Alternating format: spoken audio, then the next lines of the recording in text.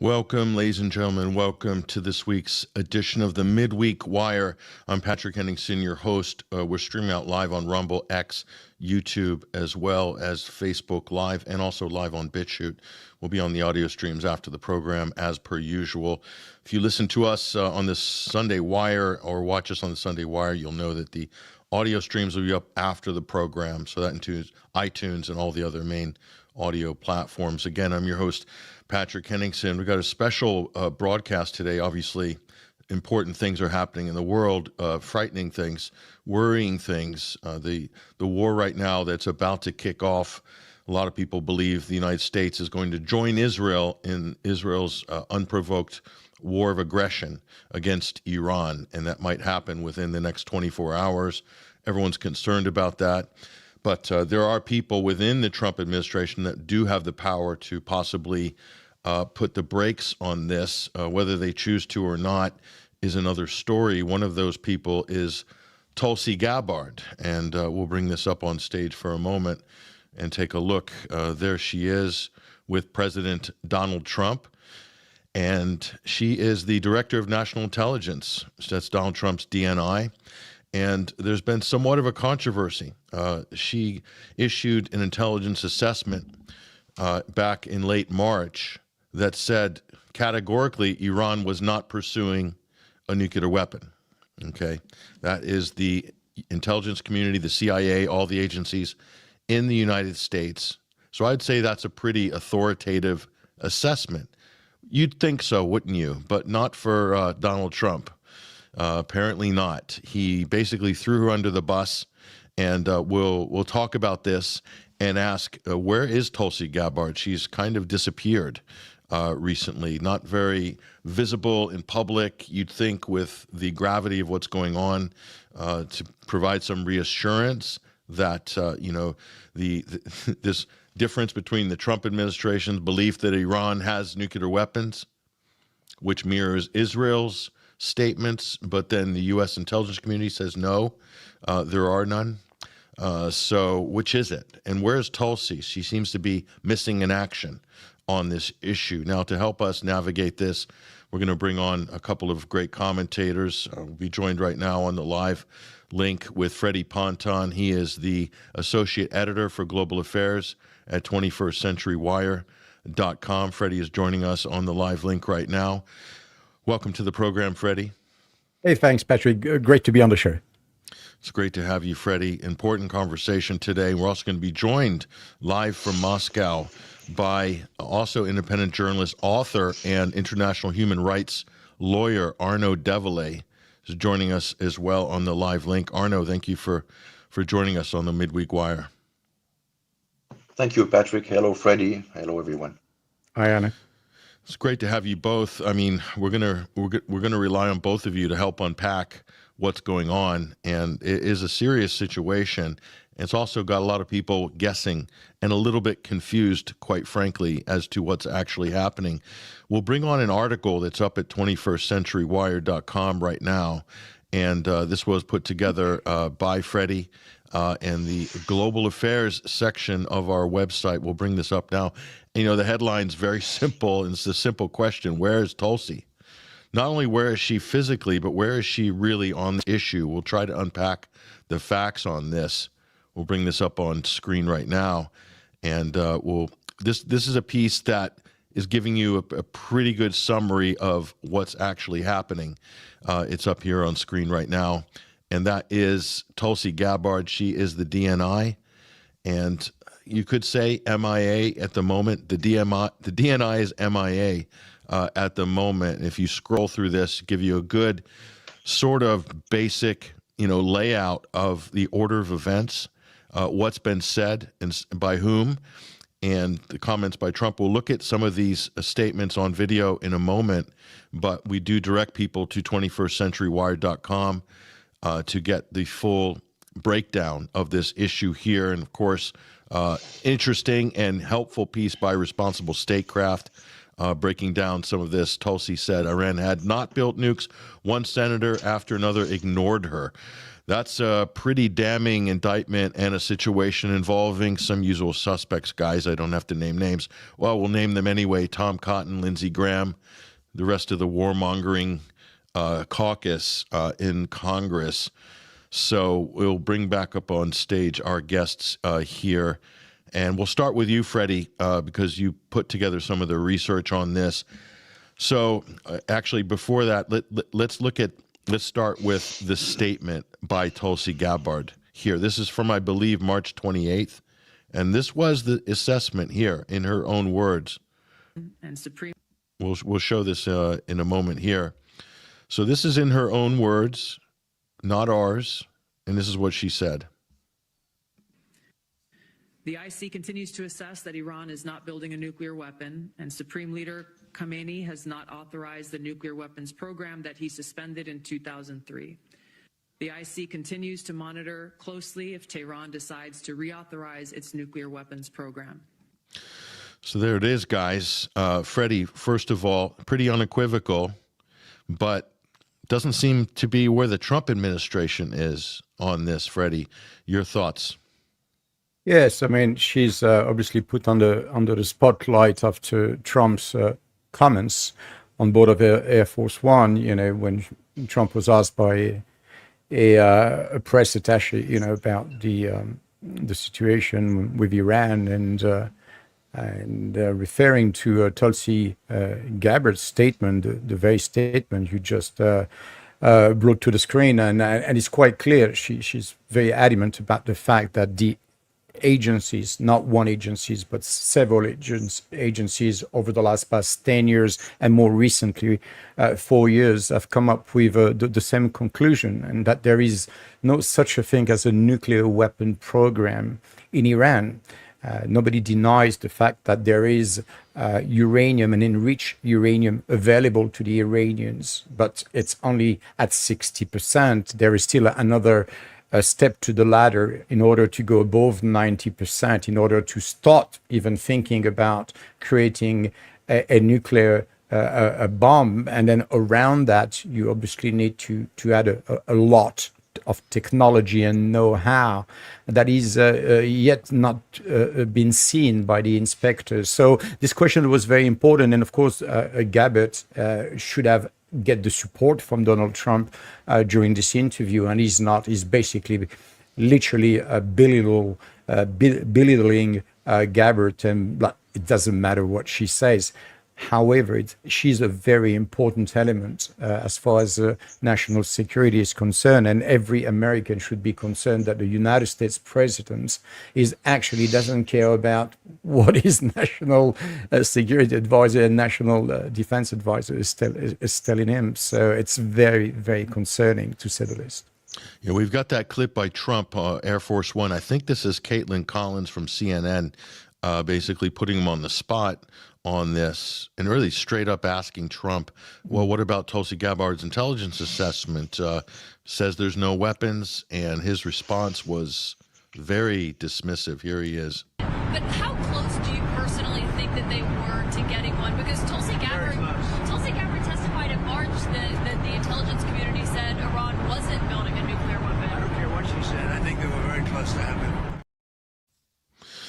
it. Well, that's it. I don't care what she said. I think, says Trump, I think they're very close to getting it. Yeah. So it doesn't matter what the NSA, the CIA, or the DNI, doesn't matter what they say. For Trump, I feel so. I mean, is Trump got a magical palantir, a crystal ball? It's a pretty extraordinary situation. So effectively, he's throwing Tulsi Gabbard, however you spin this, guys, he's throwing her under the bus, okay? Basically saying that's not worth anything, and using this as a pretext, another WMD crisis. Here we go again. Arnaud, here we go again on the WMD road to war. Deja vu. We've been here before. I can't believe we haven't learned these lessons, but here we go. What do you think about this? Because this is kind of sloppy. They haven't even gone through the theatrics to, like say, put the talcum powder in the vial at the United Nations, or do the rendering of the Winnebagos of death, the mobile anthrax labs, all these theatrics that they did to create the case, the fabricated case to attack Iraq in 2003, haven't bothered with any of that here. The public doesn't seem to be buying it, but Congress is buying it. Israel wants it. The lobby wants it. Trump wants it. Arnaud, what do you make of this situation? Yes, Patrick, I guess the first thing that comes to mind, or that jumps to my eyes, is the contrast between the well laid out marketing campaign of fall 2002, winter 2003, with everything from the special plan, official special plan in the Pentagon, famously related by Karen Kartovsky, Eb Shulsky, Douglas Feith, all those visits at the time by Dick Cheney at the agency, being told by the guys at the time that there was no connection between Iraq and Al Qaeda, and him saying, you have to look harder, you have to look harder, and then creating through his own chief of staff, Libby, the whole get around mechanism, which was used by and large to promote this notion that not only was there a connection between a secular dictator, i.e. Saddam Hussein, and a religious fanatic like bin Laden, but by and large that both of those individuals were collaborating, exchanging technology to send strategic weapon to the US, which would, if I remember the quote, 45 minutes, drone, 45 minutes, the atomic mushroom smoking gun, from Condoleezza Rice. And but yeah, this was a whole basically repeating and the same thing, reinviting the same people on cable news network. At the time, internet was not such a thing, and remember, we were still dealing with the seminal event, of 9/11. This modern Pearl Harbor, which was used to appeal to the emotional lower instinct of the American people, their thirst for blood, their thirst for revenge. So they were able to get away with it, in the sense of what Naomi Klein would call this kind of consideration, this kind of by the time you realize what's been done to you, they've moved on, and you're just left to contemplate the ruins. And here, this is completely absent. All this is contrived, and I would say that the cherry on the cake is that Tulsi Gabbard, almost like a sacrificial lamb, I mean, she's made her whole shtick is to speak truth to power. Yeah. That's the reason why she was demoted from the DNC, Politburo, after a promising career, and basically kind of sidelined for enough time for her to realize that there might be a possibility to reinvent herself as a Republican through the MAGA movement. And just when she's supposed to be coming through and being everything that everyone's been pegging out her to be, it's a deafening silence. And so, I mean, there's still some time. Let's see what happens. But I don't like what I see right now. That's to be sure.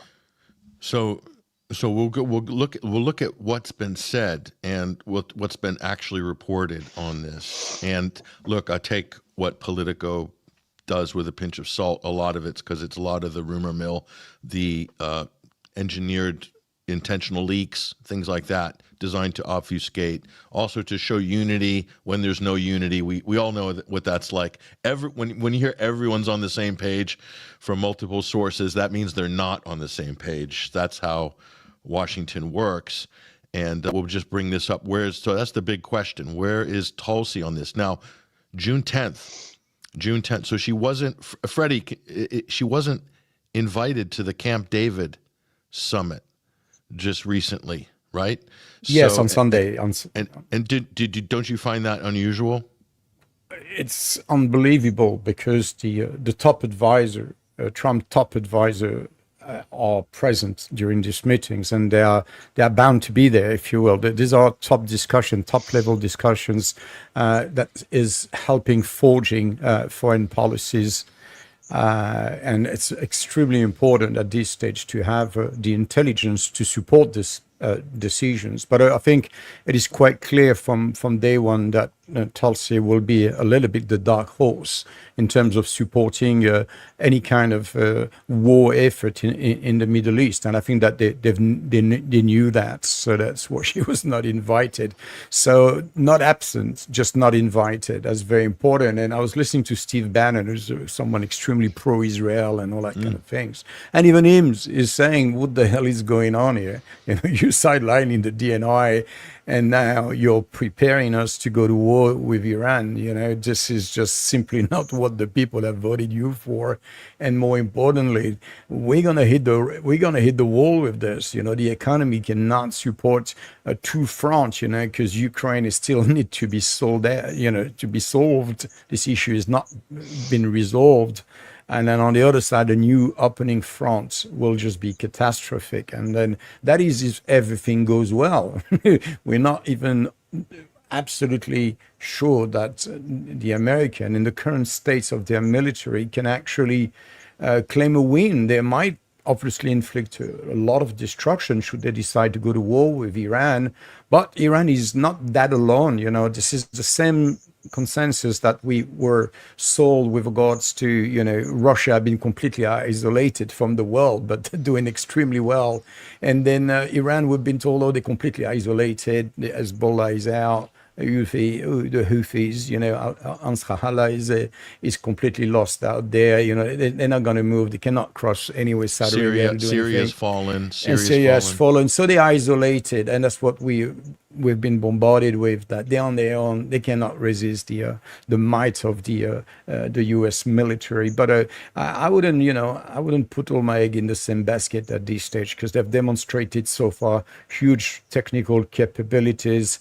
I think they've been extremely wise. They've been extremely kind of calm about the whole thing. I mean, you know, you're taking on the Israel/US and you're remaining calm. You get some of your top military advisors and operatives that have been taken out, and yet you're still capable of putting together a massive retaliatory kind of operations, you know, targeting and being very precise at targeting military assets in Israel. So that's where I am at the moment, if you will. I'm saying that Tulsi has been basically put aside because of her stance and a pro-peace kind of, you know, she's not advocating for more war. That's where she wanted to be with Trump. I think that's where she fits in the Republican, is that let's focus on domestic policies. Let's try to find policies that are harmonious, that obviously don't put the heat on the United States, because the US cannot afford it any longer. The problem is the miscalculation on both sides, Patrick. On one side, Trump knows that he has no basically national security advisor, and it's basically claimed publicly that he doesn't care what the DNI is saying. So who is addressing foreign policies or the national security aspect of the foreign policies? Who does that job? No one. It is Trump. Trump with his all might and intelligence and 3-digit IQ is kind of, is going to save the world, But I think people should be extremely worried, because Tulsi, despite all that people may say, she still have a lot of influence. She's lost some, no doubt, but she still have a lot of influence and a lot of support within the administration. And the really core essence of MAGA will rally behind Tulsi. Now we need to know, of course, where Tulsi is and what she's going to do about it. So on that score, so wasn't at Camp David, and when there seems to be a disagreement, things have been said about her within the cabinet and advisors, aides, and so forth. We'll go through some of the things that have been reported on Politico, so this was posted here by Tulsi Gabbard on, I believe, June 10th. And so as she's getting, so what this could be what caused the snub, but she said, I recently visited Hiroshima in Japan and stood at the epicenter of a city scarred by unimaginable horror caused by a single nuclear bomb dropped in 1945 at the end of Second World War. It was dropped by the United States, the only country to use nuclear weapons in theater. What I saw, the stories I heard, and the haunting sadness that remains will stay with me forever. So it's a bit of a cryptic message at a time when she would have known that there's already plans on the table to join Israel. She would have known that there was a preemptive strike coming, and that we were going to be joining in the United States. So we'll play this message that she gave here. I recently visited Hiroshima in Japan and stood at the epicenter of a city that remains scarred by the unimaginable horror caused by a single nuclear bomb dropped in 1945, 80 years ago.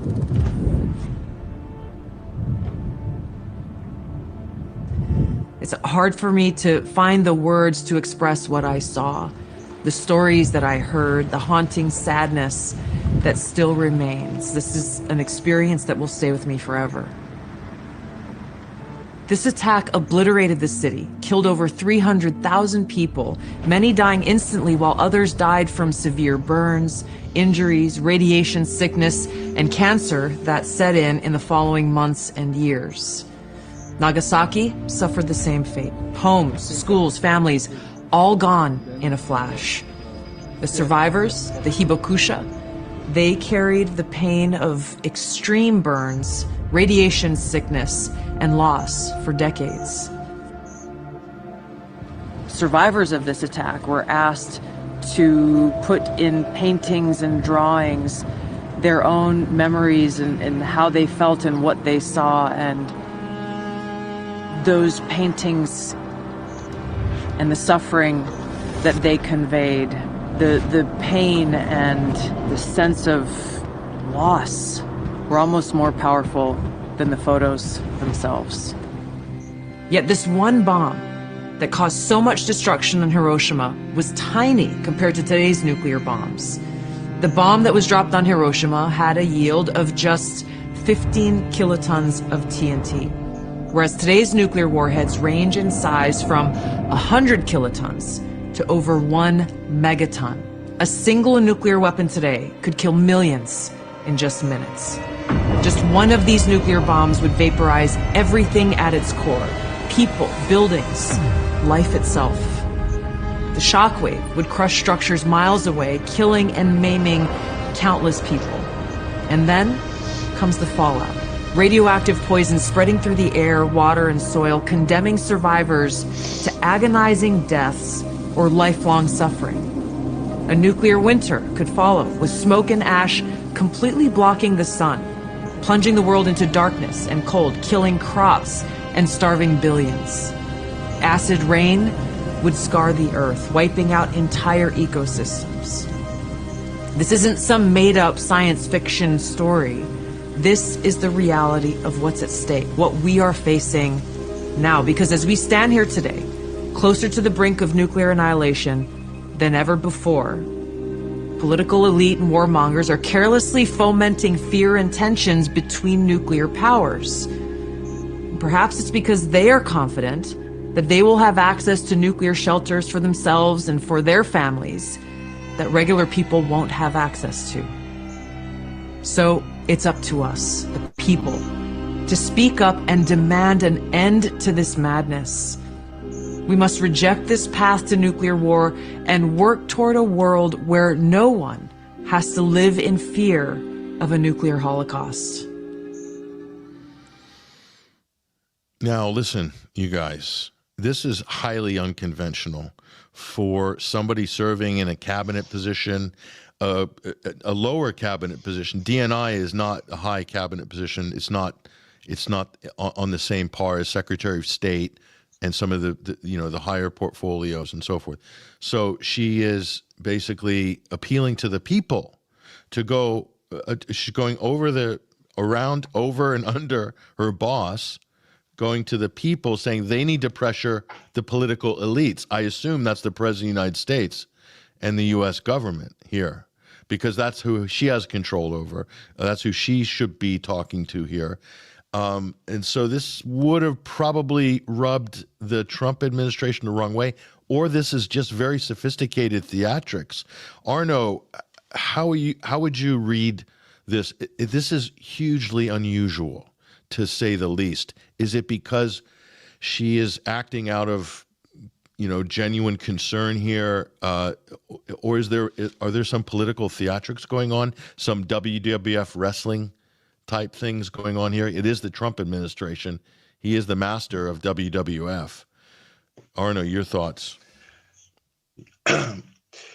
Well, if it is indeed a scripted subliminal message, it feels off. I would not have done it like this.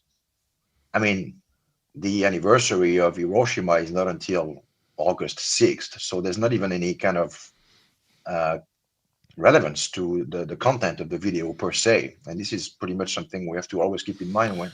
Is it possible she went to? Hold on. That's a good point, Arnaud. Is it possible she went to shoot this and it wasn't supposed to be released until later? And it's well produced, by the way. This is a very slick presentation, isn't it? But continue, Arnaud. Sorry to interrupt, but go ahead. Yeah, I'm just thinking that, sometimes you have to keep it simple, and you have to appeal to some of those, I would say, collective markers. And, we are only in June, so one could make the case that she might be in possession of key information bearing on an impending crisis, which could lead to a potential nuclear exchange. But I mean, sorry, girl. I mean, if this is really what you know, you should basically go for it and just say to the public what you know. This is not going to be remotely enough. So I don't know. To me, it just feels like a wet firecracker. In terms of communication, that's not what I would have done. And remember that yes, the DNI might be a lower cabinet, but this is actually a DNI report that prevented an attack on Iran back in 2007, 2008 under Admiral Fallon. So does that mean that within the Pentagon they are now, or at least those people have been removed, or they went into retirement? Obviously, the naming, the appointment of Pete Excess, I kind of alluded to Pete Excess being the 2.0 version of Jerry Boykin. My God is stronger than your God. This is somewhat, reminiscent of this. Here's Hegseth with Gabbard, Hegseth, and J.D. Vance, I guess, visiting the border. She's got her border hat on, the rugged look.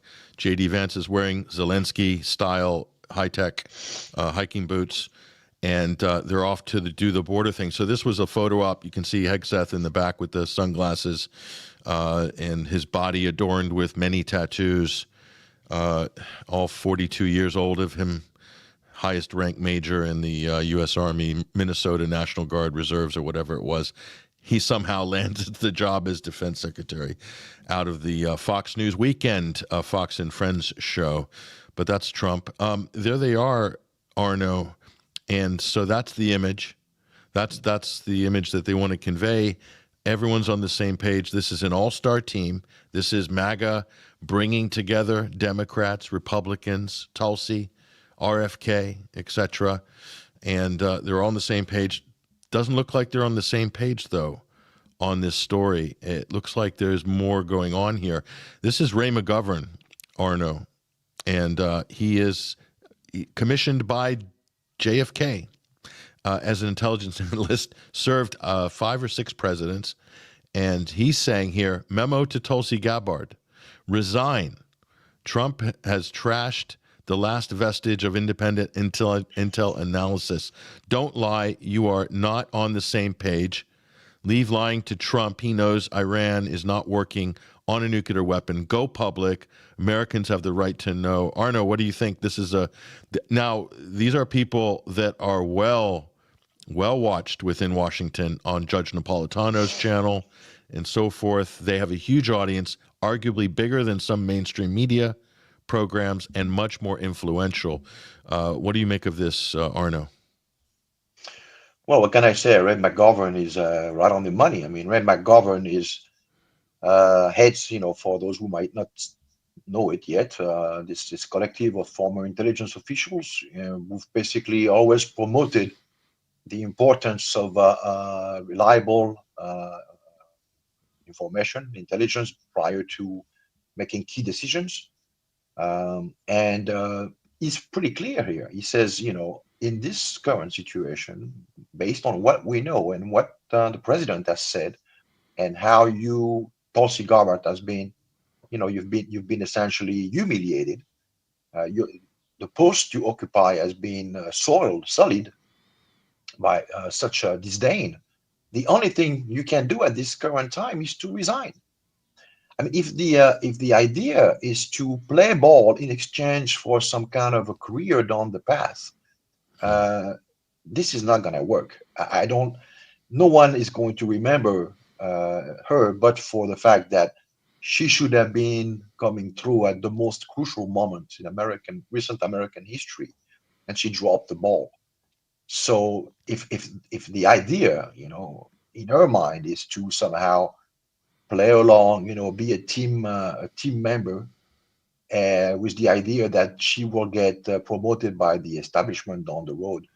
I mean, to the extent there's even an establishment left, because we're not far-fetched or exaggerating here when we say that this has global implication.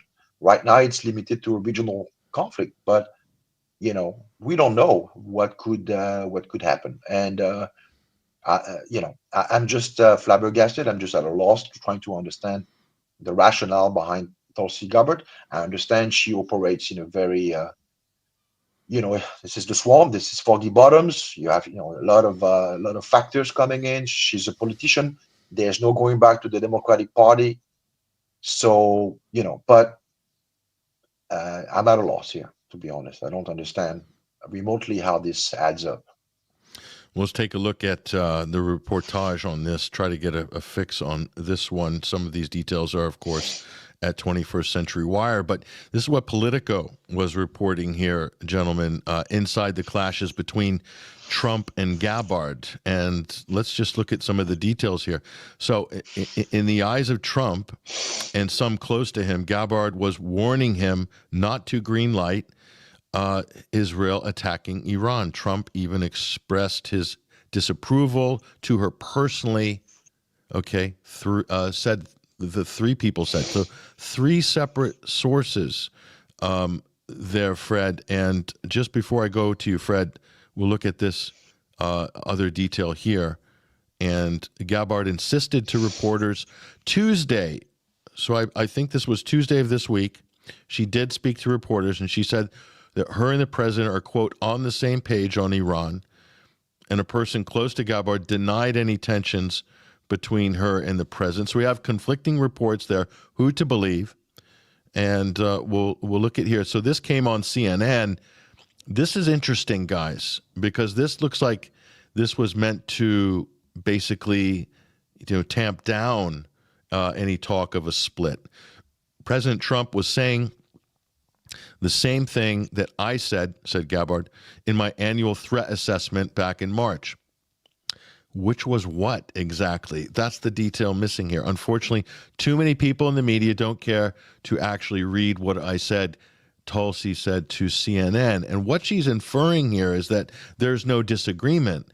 But clearly, Donald Trump has revised that. And this looks like damage control on her part. Because, Fred, if you look at the discourse analysis on this, something's missing here. I think some politics are happening. Your thoughts, Freddie? Well, I know that what she's saying is simply damage control. And the reason why is because the way Politico is framing the story, The video you just showed about this chilling nuclear kind of a warning,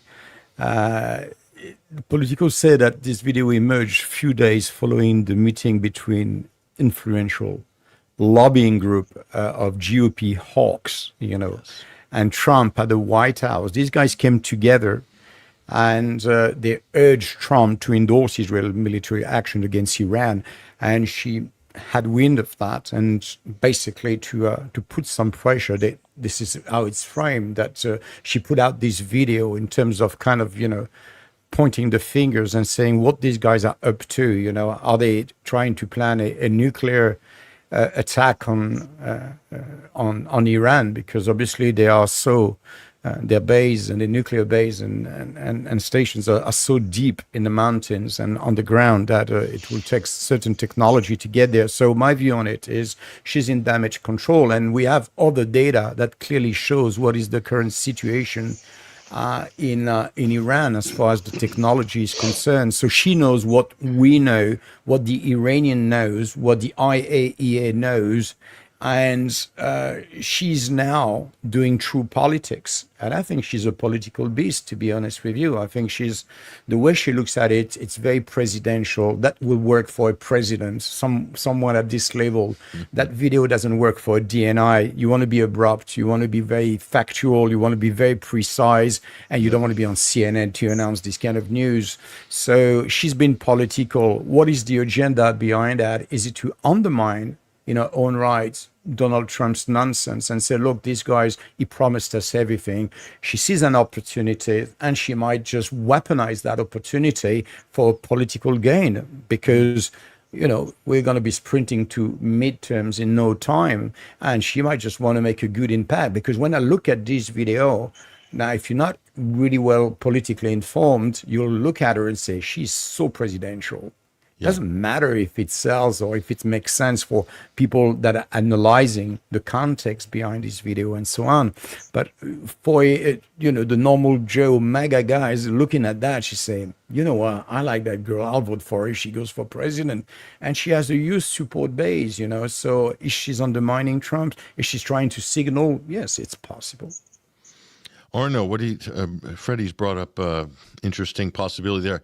She will most likely, anyway, her colleagues close to her hinted that she has not ruled out running for president in 2028. It's going to be an open field on the Democrat and the Republican side. Trump's done this 2 terms, so it's opened up on both sides. Who knows what party she'd run for? I suppose Republican, but I'm not sure. But Fred's brought up an interesting prospect. I see positioning here. And Freddie's right. It's not something you expect from a DNI. Is she's positioning herself. I just can't work out how you could pull one of these midstream with Trump while you're sitting in DNI. It's still baffling. And again, it's something going on with the theatrics here, Arnaud. Just politically, Arnaud, what do you think? Well, I don't know about, the tactical, adoption of, what she's doing in terms of positioning herself. All I know is that her brand has always been that she knows what war is like. She served.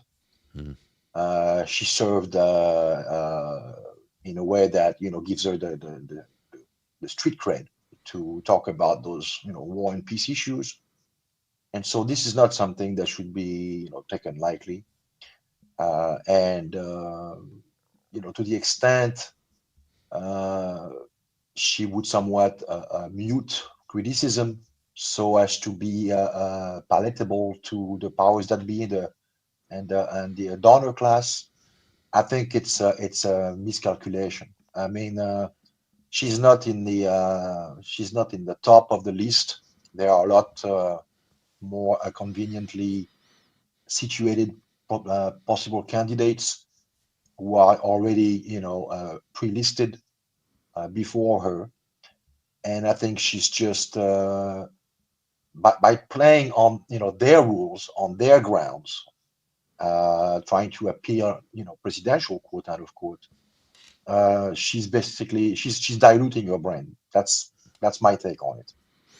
I think that's an interesting angle. I personally think you don't go from DNI to president, or to run for president. The path is normally from senator, maybe Congress, but very rarely, or governor and senator. And Trump is obviously the exception to the rule, but he has been in the public eye for, 40, 50 years. So, and also television, tangential to politics, kind of a different beast, Trump altogether. But Tulsi comes out of the political world, and lower cabinet position doesn't equal path to president. But she is popular. She is a woman. She's good looking. She presents well. If Trump made a balls up of this Israel-Iran thing, and that's also possible, and if he made a balls up of Ukraine-Russia, that's kind of happening, and ends up making a balls up, of course, of Gaza, which has already happened, just from a contrast of the disaster of Trump, which is already forming right now, let's be honest, and she could say, I tried to warn the people, this disaster, and Donald Trump, I was the voice of reason there. I was rejected. I'm your solution for the future, for peace. I can see that. So from that point of view, Arnaud, I kind of see where you're coming from on that. So let's go back to the Politico article here and take a look what else was said. And this is where it kind of gets interesting. Gabbard said that even the intelligence community assessed that Tehran hadn't reinvigorated its nuclear weapons program, finding consistent with assessments shared by senior officials during the Biden administration. Iran's stockpiles, however, of enriched uranium were at the highest level. So that's the Trump angle on this, is that, well, they might not be assembling a weapon, but their enrichment levels are the highest ever. But they were still under supervision of the Non-Proliferation Treaty, and legally they're still within the bounds of that. So practically speaking, it's a kind of argumentative attack on Iran by Israel, by the Trump administration. It's not, they're not breaking the law in terms of their obligations with international bodies and treaties. But then it gets more interesting here.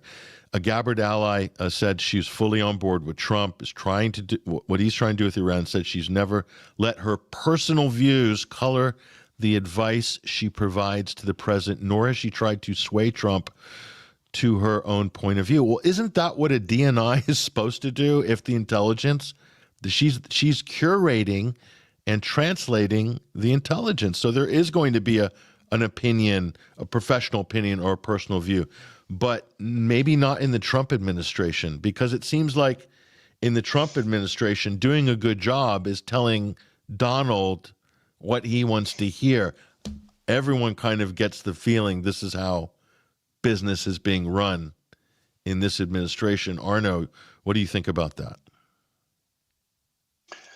Yeah, obviously it's all it's a cabinet that's built around this idea that the Don has the final word, and that he could one day say one thing and the next say its exact opposite, and so you have to somewhat remain coy and reserved. But here, I mean, like you say, she's the DNI. This is what the job description is about. So it's not really about trying to court Donald Trump. It's trying to remain professional within the confine that you were confirmed by the Senate for. To me, it's just, do your job. There's a whole different set of rules. Yeah, go ahead. If you cannot do your job as DNI, how can you be trusted to lead the country down the road? Yeah, good question. Freddie, do you have any opinion on this? I mean, this is what we hear from the Trump administration. If you step the wrong way or you go against the boss, you're out, or you'll be marked to be ejected. Like Elon is an example. Mike Waltz, others, and basically, you're sort of cast off. Basically, what do you think on this one?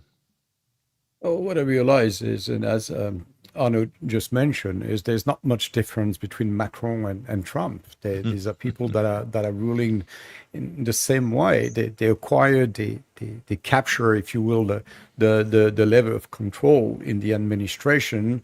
They can, as I say, rule without a State Department. Rubio doesn't function properly as a Secretary of State. And then on the other side, you have no national security advisors, and the DNI is clearly, whatever she says or whatever analysis coming from offices is not important. It's irrelevant. So Macron does the same. They acquired this. This is really about capturing power for themselves, and that's really what is confirmed by all these recent events. Is that Trump is not in a position to entertain any other people that are going to challenge him on his core, missions and agenda, especially with regards to foreign policies.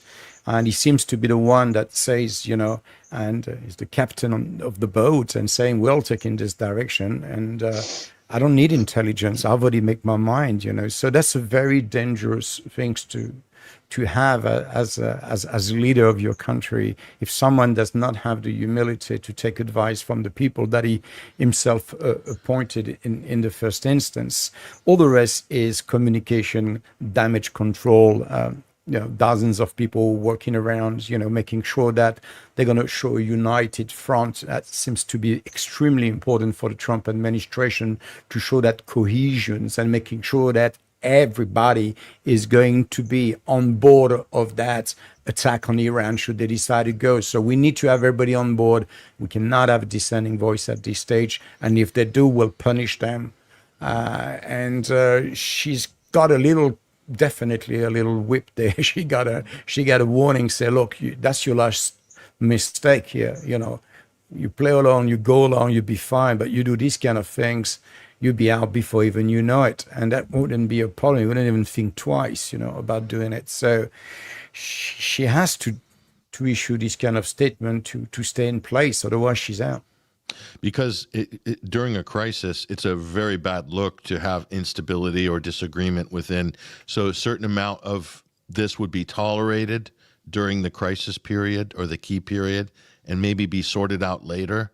Because he could come under heavy opposition if somebody saw a crack within the cabinet, especially the DNI. And that brings us to this effort here. So this is Ro Khanna from California, and there's Thomas Massie, two congressmen, two anti-war congressmen, a Democrat and a Republican. House Republican and Democrats move to limit Trump from entering the war. They've tabled a resolution.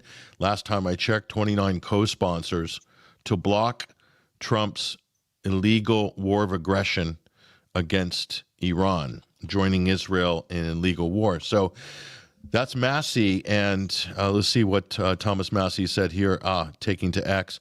Most Americans do not support U.S. involvement in Israel's war against Iran, which begs the question, why doesn't more of Congress oppose it? Literally no one campaigned on another war in the Middle East. That's absolutely for certain there. And perhaps, and that kind of echoes what both of you have said here, there's a big gap between and Tulsi kind of said this in her Hiroshima No Nukes video, that political elites and warmongers, like the ones that she's in the cabinet with, like the president. So this is what Massie's saying. So same type of the public are one way, the political Washington's another way. Washington's a minority. The majority of the country don't want it. And so the answer, of course, Thomas Massie will tell you, is this: House of IPAC. So that's who won the last election in 2024. Israel won the last election. They say the blue seats there, 84 Democrats. The black ones in the middle, those are all IPAC. 2 vacant, and then the red are Republicans. So the colored seats are the only ones not taking money from IPAC. A little bit of a advantage on the Republican side, but pretty much bipartisan. IPAC has control of the Congress. and Congress has power of the purse, and ultimately, if we're playing by the rules, we'll issue a declaration of war in this case. But not with this Congress, Arnaud. With this Congress, there's not going to be any declaration, or the question's not even going to be put to a vote, I would think. Your thoughts, Arnaud? Well, I mean, to be sure, Congress hasn't embarrassed itself to abide by the, traditional duties of approving a declaration of war. And we only have to go back to, if anything, 2002 and the authorization of use of military force, which a couple of years ago was somewhat revised and toned down. But essentially, yes, it's the unitary executive doctrine. Dick Cheney's, pet idea has triumphed in DC, especially in as far as deployment of troops overseas. And so, no, this is a non-starter. You mentioned 29 sponsors. Assuming by the greatest hazard, miracle, that it gets to the Senate, it will be shut down in the Senate. They just don't have the horses. It's a locked in Congress, and as you said, AIPAC is driving the train. The train to where, that remains to be seen. Yeah. So, listen, guys, this is a major potential crisis on multiple levels in the U.S. politically. This is not a popular war. It's illegal, but the deep state governments that are also wanting this, like Britain, France, Germany, they're right behind the U.S. on this. That Israel has a right to, quote, defend itself, even though Israel is the one who started this war. The ultimate war crime, according to the Nuremberg principles, an undeclared war of aggression. So we're just casting all this aside now, and so there's a lot of anarchy in the international system, and I could go a little bit deeper into this and say how the international conservative and populist right has been hijacked by Israeli plants and intellectuals that are basically, and you can see a lot of trashing of international law, trashing of the liberal internationalist post-World War II system, trashing of the UN, trashing of UNRWA, etc. You see a pattern going here, is that certain states want anarchy because these are, particularly the United States and Israel, because they're able to basically get away and do whatever they want, and will only invoke international law if it suits them. Look at the ICC. It's being sanctioned by the United States. Look at the International Courts of Justice. Israel's called it an anti-Semitic court for even proposing that there may be genocide going on in Gaza, Freddie. So, Freddie, there's more going on here even than just what the situation we're looking at more broadly. This is a full attack on the post-World War II international system. And it's really paralyzing, I think, certainly on the UN level. I didn't see any real condemnations of Israel on this, not even at the UN Security Council level, and certainly not the UN General Assembly. This would be just a slam dunk vote at the UNGA. Nothing. What do you make of this, Fred? Go ahead. They're going to be speaking about it. I think Macron has asked a meeting today, if I'm not mistaken. I don't know, Arnaud, if you've seen it passing, but I think he asked for a meeting at the UN to discuss the Iran-Israel conflicts. So God knows who's going to be at the table, and what are, at the end, to be honest with you, these are diplomatic talks about trying to solve a problem which origin basically lies in the United States. Now, if you take the United States out of these equations, you don't have Israel with any power to a certain degree. And I'm not saying that the US is fully responsible for everything, but what I'm saying is that this is a huge weight in the balance of power. And there's a lot of takeaway for the US to control, as I said in some of my posts and articles. It's really far more about, it has nothing to do with the nuclear power program. I think it has to be clear for everyone at this stage that the US is not supporting Israel's war against Iran because of an imminent nuclear threat. That's just absolutely a plain lie. Let's call a lie a lie. But there is a lot of economic interest for the United States as far as the economic routes. And Iran happens to be literally at the center of this logistical hub for the trade from Asia, from China, from India, and the ability basically to take full advantage of the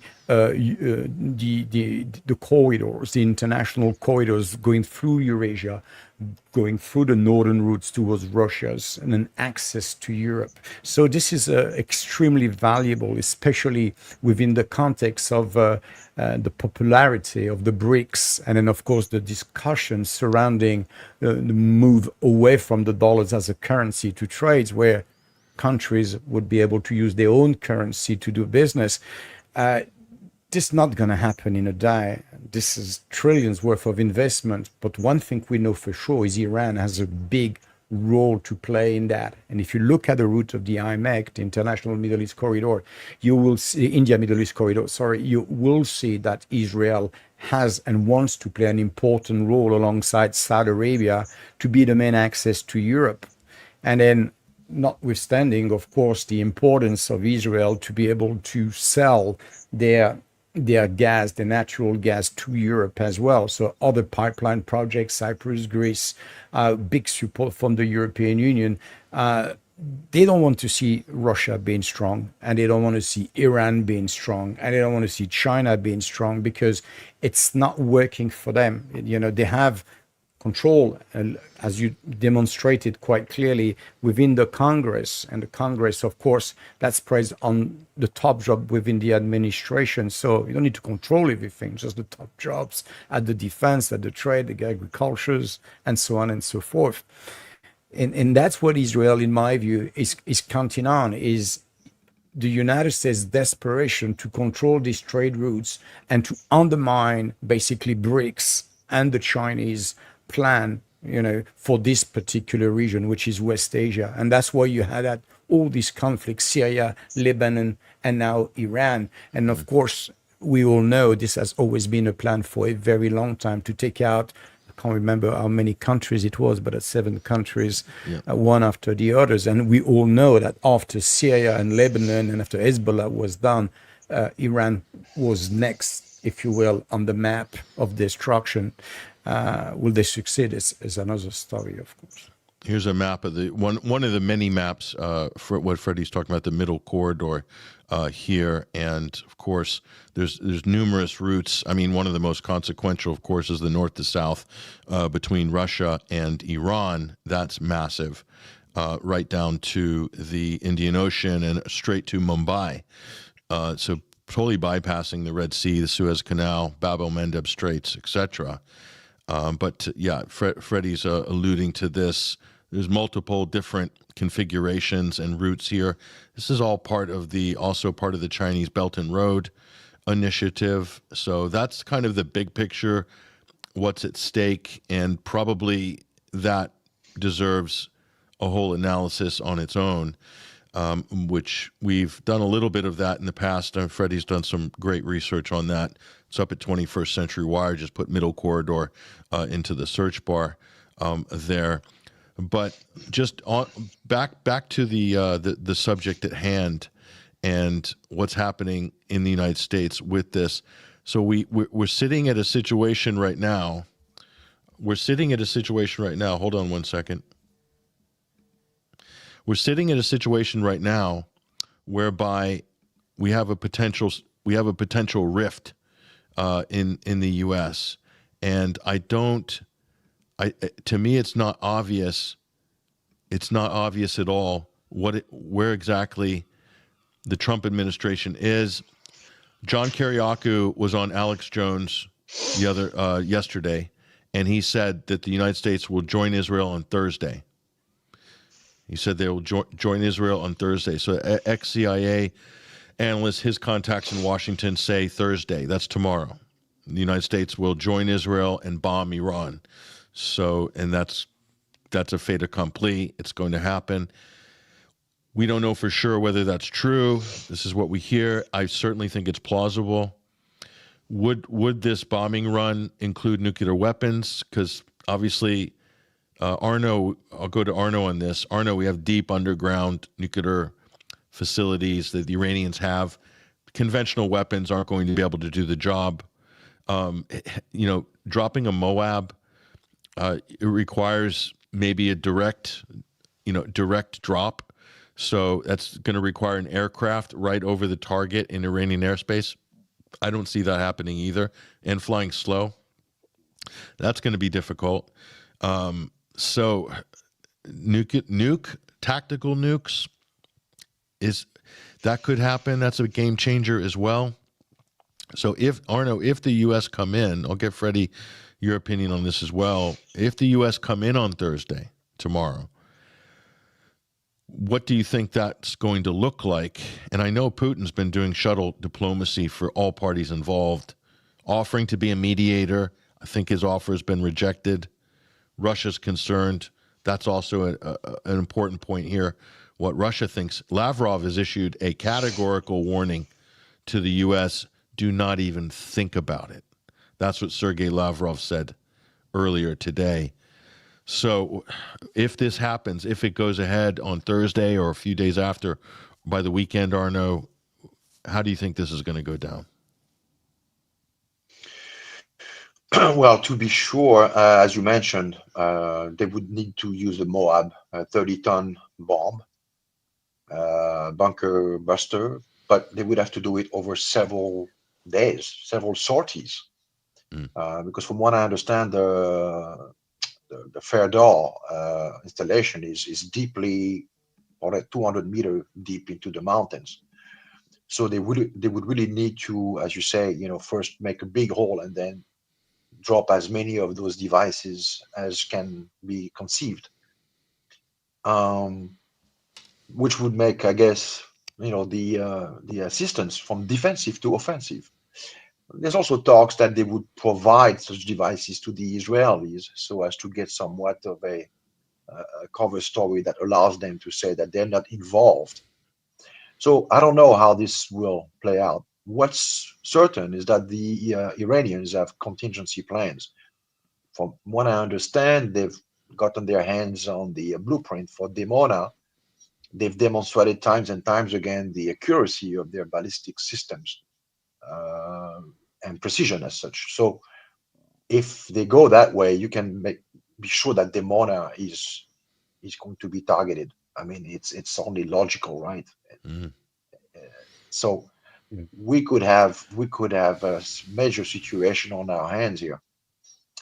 Now, basically, if the perception from Tehran is that the U.S., notwithstanding their statements that it is the Israeli basically doing what they're doing, that's not going to wash. Tehran is not naive. They know very well that the U.S. is full-fledged involved in this aggression against their sovereignty, and so we can imagine that it's going to open all kind of worms as far as U.S. bases in the Gulf, U.S. bases in the region at large, probably a mining of the Strait of Hormuz, and to the extent there's a benefit to be had by the Israelis on this. They may themselves decide to sink an aircraft carrier to make sure that the perception in the U.S. is that Iran has killed our sailors. It's a very dicey, unpredictable situation, and again, to the extent this, because let's be honest here, Israel wants regime change. The U.S. is invoking the nuclear capability, the breakout capability, as the casus belli. But in the end, it's all connected, because if you take out Iran's potentiality as to the making of a nuclear weapon, you are ensuring that down the road, their conventional capabilities will be taken out, the regime will be removed, and it will be the end of independent Iran, with everything that this implies, as far as what Freddie was talking about earlier, on the emergence of the BRICS and the One Belt, One Road, and all the billions of investments that have taken place. I mean, this is a game changer. This is not for nothing that the neocons themselves referred to Iran as Iran is the prize. You know, they used to say boys go to Baghdad and men go to Tehran. So let's make no mistake about it. It all comes down now. Things are coming to a head, and the Israelis are smelling it. It's there. I mean, Wesley Clark might have said 7 countries in 5 years. It took 25 years, but they're there. You got to hand it out to them. They plan long time, and they don't deviate one iota. They may temporize, you know, when the opposition is at a particular moment too strong, but they'll recalibrate, they'll realign, and whenever the opening presents itself again, they'll just rush into it. So this is it. You know, this is not just yet another chapter of those forever war regime change operation. This is the top prize. This is the final component of the rocket, so to speak. And as you said, Freddie, I would add, just as a final word, that this actually can be a life-saving scenario for many of the Western countries, what with their economies being in tatter, you know, to quote von der Leyen, really in tatters, and it could really somehow reconfigure the entire dynamics of the geopolitical order in a way that they somehow, you know, get themselves a new lease on life, really. So lots at stake here, ideologically, geopolitically, financially, economically. It's the sum of all fears. Religiously, eschatologically, yes. Eschatologically, Absolutely. the Christian Zionists are frothing at the mouth because the end times. They're reading this as end times moments, and so if they've been waiting forever for this to happen, and the further they can push it towards war or Armageddon, that somehow they're going to be realizing their sort of life's work, and really thousands of years of Christianity and evangelical revisionism and all the rest of it. Here's the map, though. Arnaud mentioned these are all the U.S. bases in the region, and you know they all provide the security envelope for the state of Israel. Okay, that's one of the main reasons they're there. Israel can't exist without this broad envelope. Okay, and it protects Israel, gives the U.S. control, but as you can see, all of this gets activated during the missile exchanges between Iran and Israel, or when Iran fires back at Israel. You see all of these things will be activated to take drones and missiles down and so forth, all to defend and protect the little state of Israel, the little vulnerable state of Israel, a people without a land without a people, fleeing from the horrors of World War II. That's the narrative. And they must exist as a pure Jewish state, and the United States is going to back them to the hilt, no matter what, okay? And as Arnaud said, and as Freddie has also alluded to, this is part of a much bigger geopolitical play. And Israel acts really as the U.S. proxy and the British proxy before that in the region. That is a Western Anglo-American pure beachhead in the Middle East. But they have their own agenda as the Jewish community, tribe, the Jewish nationalist project. They have their own greater Israel agenda. It's kind of a quid pro quo. The U.S. and Britain and the Europeans say, we'll help you with the greater Israel project. You have to be our local enforcer for our broader geopolitical aims.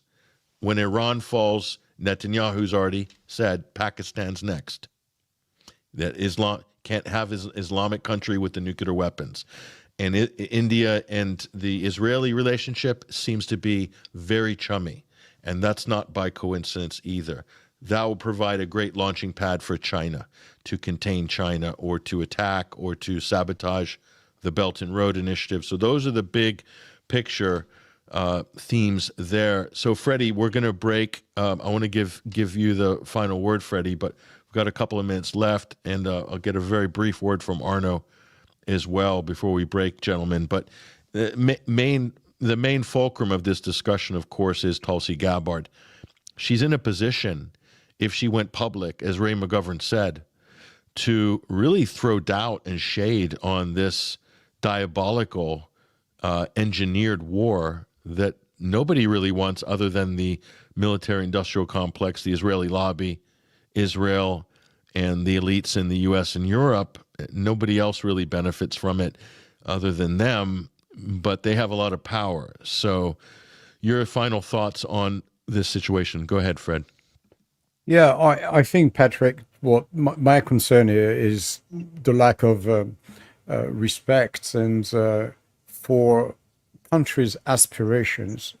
We always talk about Iran, but the other countries have nuclear aspirations. Saudi Arabia being one of them. So by saying basically that Iran is not able to develop a peaceful nuclear program, and by battering the idea that they are only enriching to develop weapons of mass destruction, it basically kills everybody else's aspiration. And anyone in the Middle East and in West Asia that maybe that we want to move away from the oil and the gas, I would like to have some kind of plan B or some kind of mix energy plan for our countries. Surely this is in the interest of everyone. Now, my concern is that what is about to happen, if it's going to happen, is going to kill all this aspiration, because if Iran's now, we're setting a precedent and we say, you build a nuclear power plant, you enrich uranium, we'll come after you and will destroy your country and your people along the way.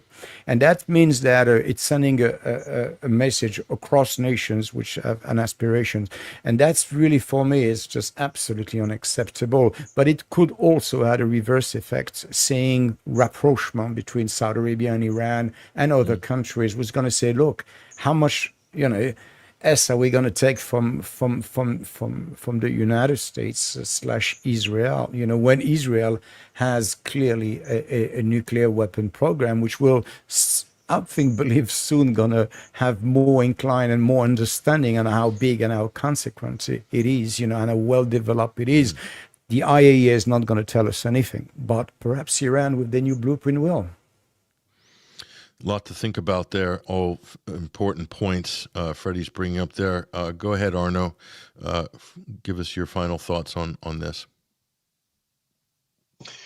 Well, to be sure, I'm going to quote Mohammed El-Baradei, the former IAEA chief, who today or yesterday essentially said that if this catastrophe goes through its final, logical conclusion, it's the entire NPT regime that's going to be, torn to shred. Which I guess, on top of the international legal system, UN agencies as such, being themselves politicized, it's only going to be the final nail in the coffin. But what I'm afraid this is going to lead to is the exact opposite of what the NPT and IAEA were trying to prevent, which is a full-out proliferation, because what's the message here? Play by the rules, abide by your obligation within a specific legal confine, go out of your way to try to please the people across the table from you. In the end, if they've decided to take you out, there's not a goddamn thing in the world you're going to be able to do about it. So the message is, get nuked up as fast as possible. That's right. Yeah.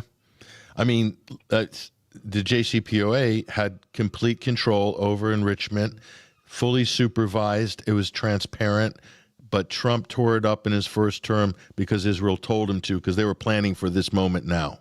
And this could have, as you guys said, it could have come sooner, happened to come later.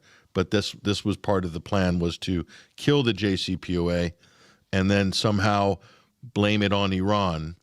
And maybe in the United States, and the which path to Persia paper, which we've posted Brian Berletic's excellent analysis on this. He's been talking about this for years, but that Brookings Institute, it's literally in print, published in 2010. Chapter and verse, that's what's going on now. Actually, before we go, as you mentioned, the IAEA, Freddie posted this on his X account. Let's bring this up now and take a look. So apparently, okay, Rafael Grossi spoke to Christiane Amanpour, and I'm no fan of Christiane Amanpour, trust me. She is the biggest war queen that we've ever seen. However, she's pro-Palestinian, and she's not a friend of Israel, as far as I can see. I think she's Iranian background herself, probably horrified at what's going on. So like sometimes these people end up on our side on some of these issues here. But Freddie posted the audio extract of this. I think it's worth a brief listen. And so this is the International Atomic Energy Agency, implicated in sharing intelligence with the Israelis, by the way, to target Iranian nuclear scientists. That's what the Iranians put out in their intelligence leak. So they're under the gun, especially Rossi himself, meeting with Naftali Bennett for years and so forth, and the Israeli officials. It's crazy. The International Atomic Energy Agency goes to meet the Israelis to talk about Iranian nuclear weapons when Israel has 200-odd nuclear warheads, undeclared, unsupervised. Iran has none, but yet they're talking about Iran. So here, listen to this. Let's see what's said here. So would you tell me, please, and tell the world exactly what Iran was doing, and was it at breakout? Had it taken that decision, do you think, or would it have done? Well, there are, to help you there, I have to say that there are things we know and there are things we do not know. Mm-hmm. When it comes to what we know, it is on the basis of our inspections. And where we are on very solid grounds is when it comes to the material that Iran has or had at its disposal to produce a nuclear device. Talking about here the enriched uranium. In terms of the material, they, and this is something that I have been reporting to the Board of Governors of the IAEA, they have enough material to, in case they decided, this is a hypothetical construction, of course, in case they decided to develop a nuclear weapon, the material is there because they have more than 400 kilograms of uranium enriched at 60%, which is one step away from the 90% which is required for a nuclear bomb, for a nuclear weapon.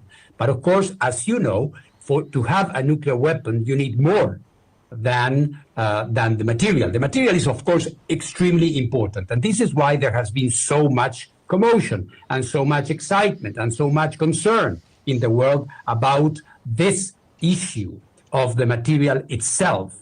But then you need to metallize the uranium. You have to have neutron detonators. You have to have a number of things that go inside the warhead to make it explode. Not to mention the fact that you may or may not wish to test it or to try it. So I would say, there is this competition about who is wrong or right about the time that would be needed.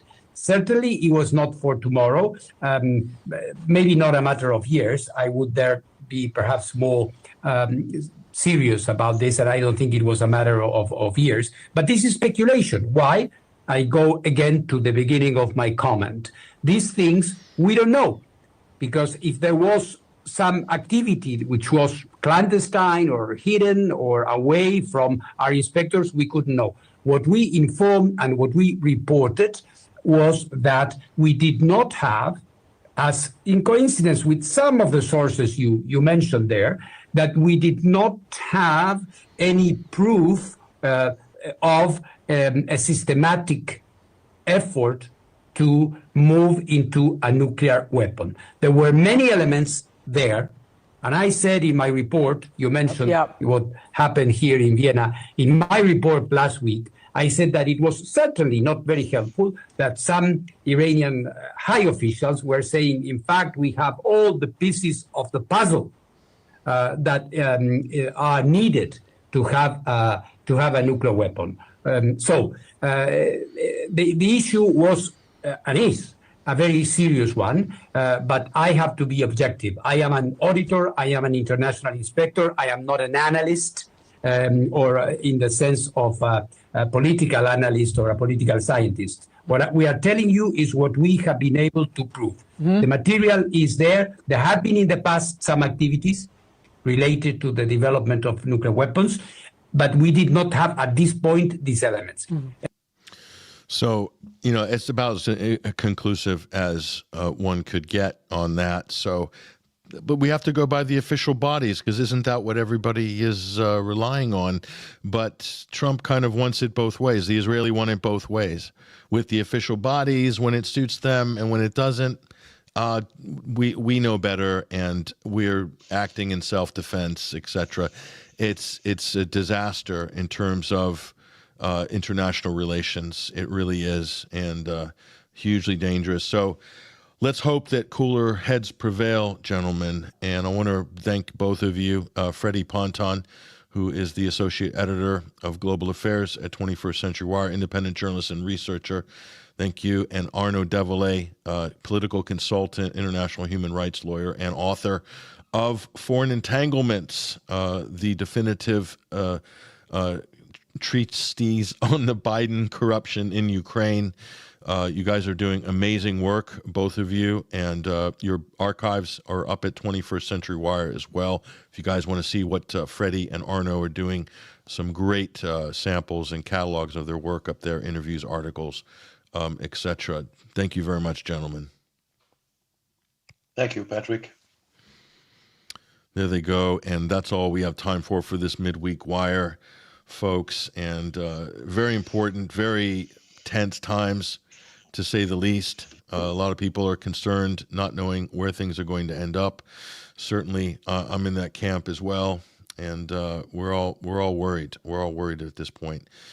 We've got some unstable people in politics that are potentially throwing the world into absolute chaos here, and our confidence level is very high. Leaders make the right decisions, that they're going to be prudent, and they're going to be measured and sane. I'm not convinced. I'd like to be convinced. So we're hoping for the best, obviously, but this all could kick off within 24 hours. We just don't know.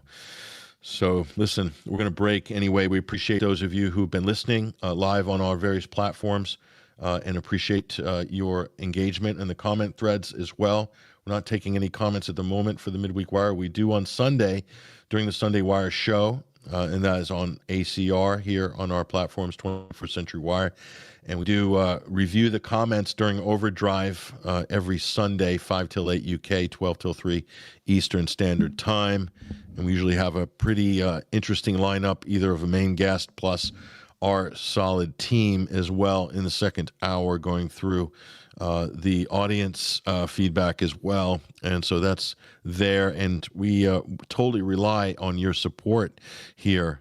So either by donation or subscribe and become a member, support our investigative news fund, and basically supporting our operations here at 21st Century Wire day in, day out. We're putting out fantastic content. We've got a great team, and we have some great shows, the Midweek Wire, the Sunday Wire, and we're going to be here. We need your help to do more. So again, I know a lot of you like this show. You give us fantastic feedback. Do consider supporting us, either regularly every month, just around $5 a month, or you can also get us on just spot donations, and many of you do that, and we appreciate it. Every penny goes towards making this platform better and making our content better as well. And we need your support now more than ever. These are difficult times. We have censorship issues. We have deplatforming. We have throttling, all of that to break through the algorithms to make sure this content gets out to more people. All of your support makes that happen, as well as the production of the content itself. So thank you very much, you guys. I really appreciate it. Again, I'm Patrick Henningsen, your host. This has been the Midweek Wire, and I will leave you with one of the great independent artists that we also platform on this and the Sunday Wire, Peyote for President, the Palestinian Children. Take care, you guys. All the best.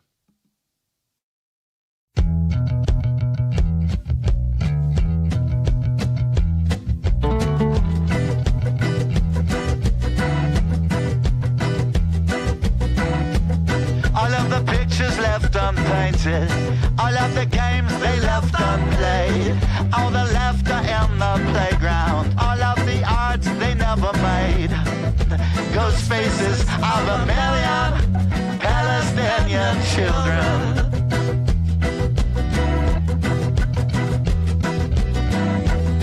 All of those voices left in silence, all with their names written in kind, lest their bodies pulled from rubble, lifeless empty dolls to find. Ghost faces of a million Palestinian children.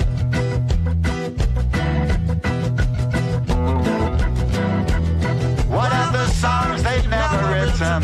What of the words they'll never sing? And the darkness of the nightmare, inescapable that rings. The ghost faces of a million Palestinian children.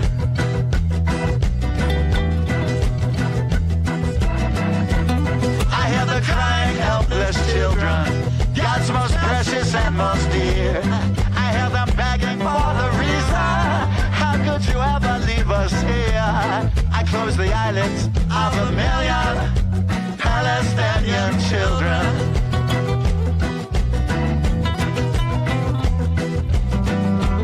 So what do we really stand for? Is this how our future's made? And when we ever find the courage to stand up unafraid, I tear away the persecution of the Palestinian children.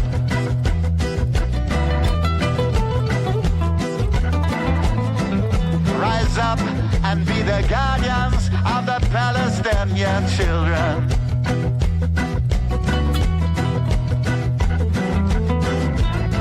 To respect our obligation, every creed and every nation, 'cause every soul deserves protection. Save the Palestinian children.